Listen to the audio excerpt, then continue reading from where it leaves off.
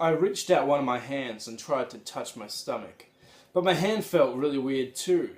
It was small and my arm seemed to be bending in several places at once.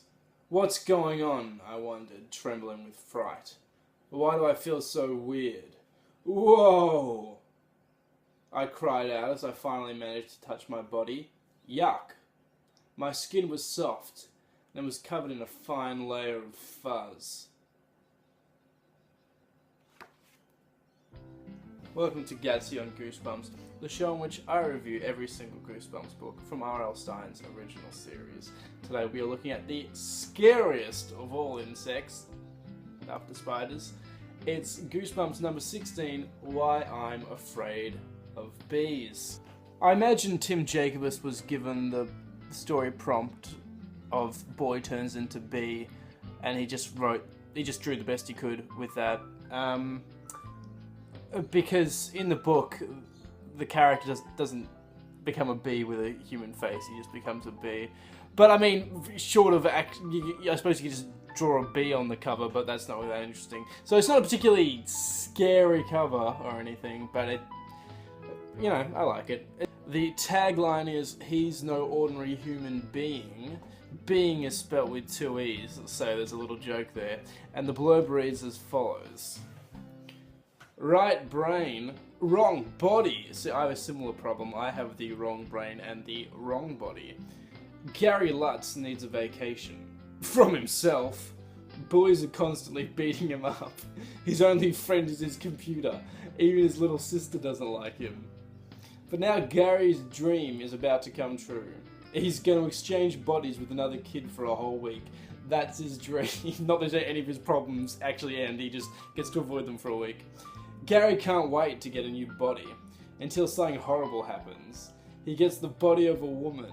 No, and Gary finds out his new body isn't exactly human. I wonder what he could turn into.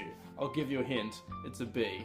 In Goosebumps number 12, Be Careful What You Wish For, we had another protagonist who was bullied as a sort of a way to motivate their actions in the plot. But it's even worse for this Gary Lutz character, actually.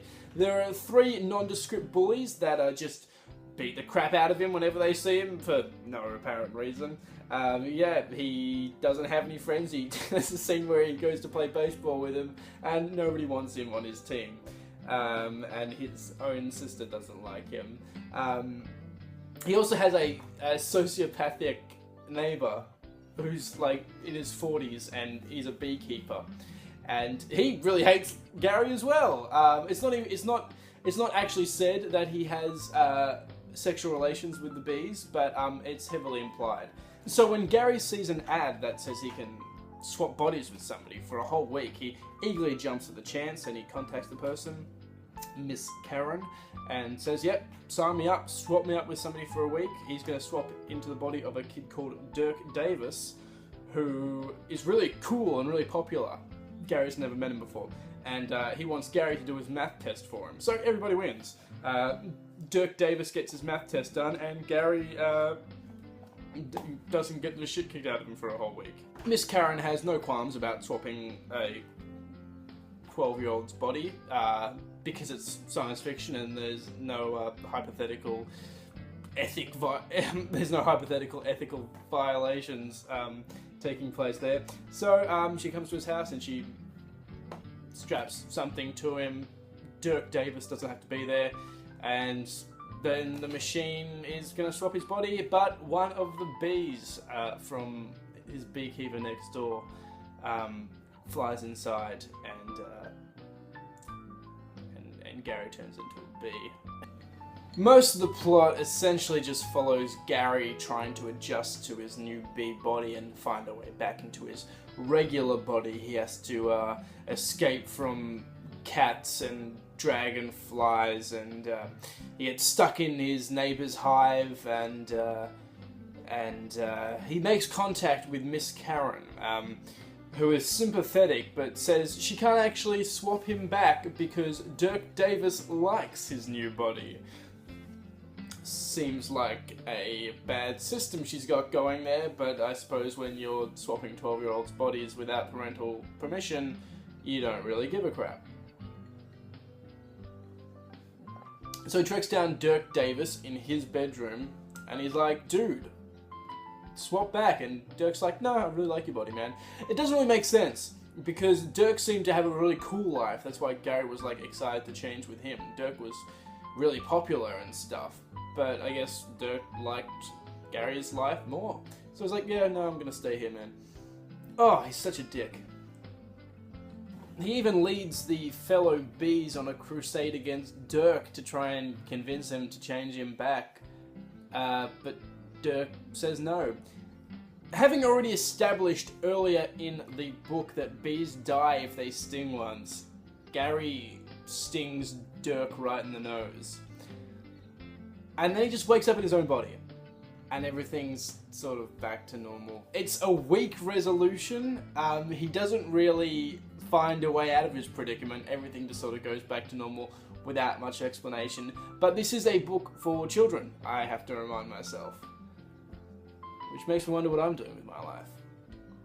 So it ends with Gary back in his body. Actually, it turns out Dirk did wonders in Gary's body while he was there. And Gary's kind of really cool now. So it actually works out really well for him. Except he mentions how he really likes to, like, stick his face in flowers. It's really weird.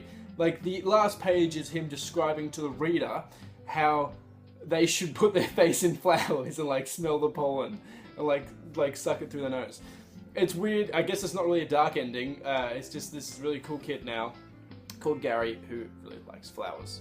I remember not particularly liking this book when I was a kid because there's not really many scary elements. The supernatural element is he changes bodies with a bee, but that's not, you know, that's not werewolves or anything. But having read it again, it's a very good romp. It's an adventure more than anything. It's hijinks. This kid stuck in the body of a bee. What's going on?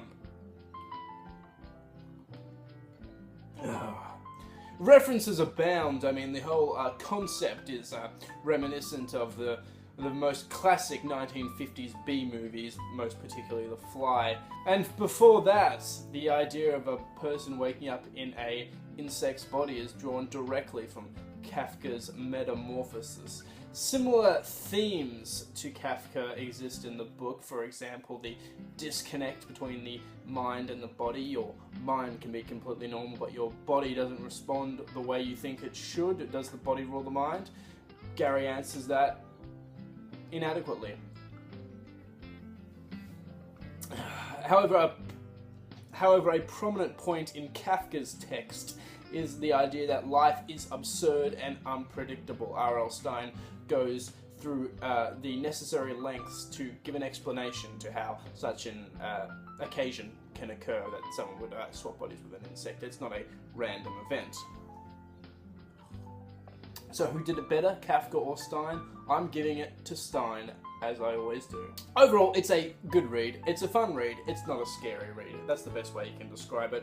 The resolution, again, is quite weak. I would have preferred Gary to find a way out of his predicament rather than essentially killing himself out of spite and then everything works out.